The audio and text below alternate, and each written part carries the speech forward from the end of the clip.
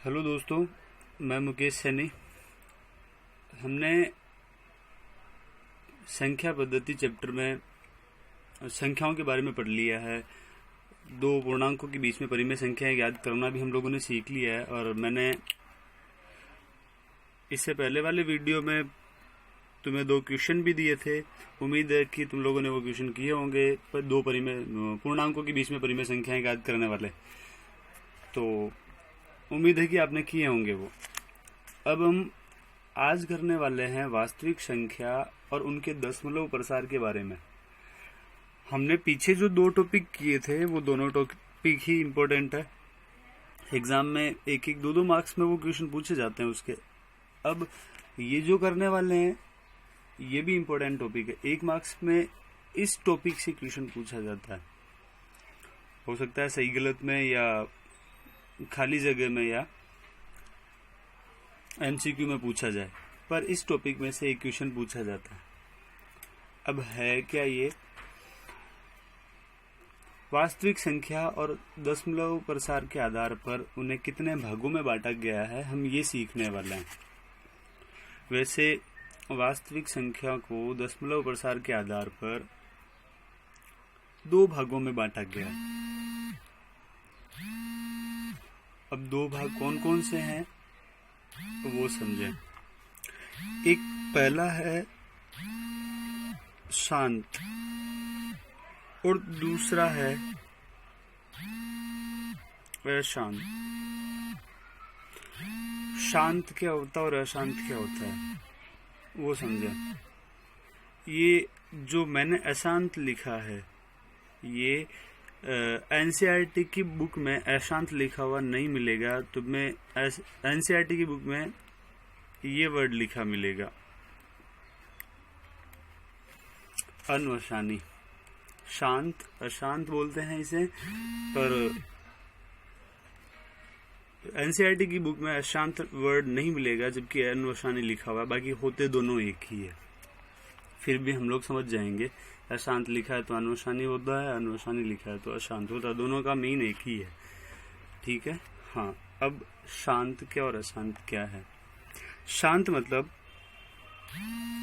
ऐसी संख्याएं जिन्हें भाग करने पर शेषफल 0 मिल जाए। ऐसी संख्याएं जिनका भाग करने पर शेषफल 0 मिल जाए उन्हें शांत संख्याएं कहते हैं, या ये बोल सकते हैं कि इन संख्याओं का दशमलव प्रसार शांत है, ऐसा बोला जा सकता है। फॉर एग्जाम्पल, हमें 1 में 2 का भाग देना है, तो जब 1 में 2 का भाग देंगे तो भाग पूरा चला जाएगा 0.5।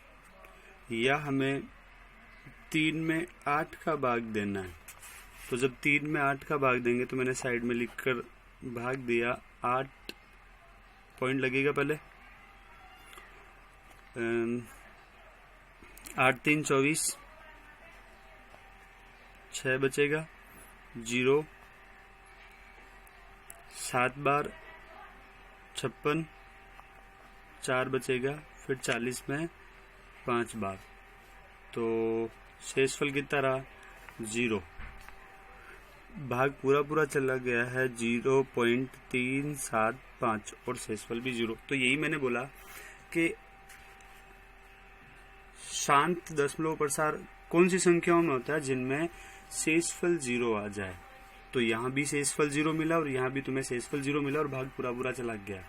तो ऐसी संख्याओं को हम लोग शांत दशमलव प्रसार वाली संख्याएं कहते हैं। और वैसे इन संख्याओं को पहचानना बहुत आसान है। कैसे? कि जो बटे में संख्या लिखी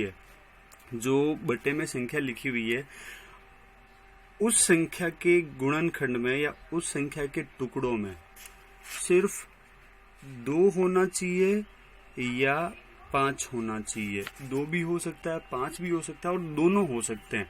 इनके अलावा अगर कुछ उनके गुणनखंड में आता है तो वह संख्या शांत दशमलव प्रसार वाली नहीं होगी। मैंने बोला सिर्फ बटे वाली संख्या के लिए।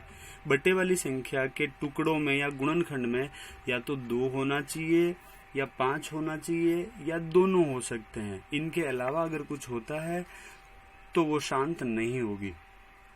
तो जैसे अगर मैं पूछूं, लिखा हुआ है कहीं 7/400, ये एक संख्या लिखी है मैंने, क्या ये शांत होगी? तो 400 के गुणनखंड करके देखें, 400 के गुणनखंड में 2 और 5 ही आएंगे, तो हम लोग कह सकते हैं कि हाँ यह शांत संख्या होगी।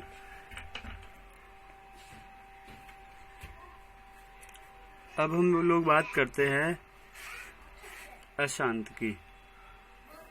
अशांत संख्याएं क्या होती है वो समझे।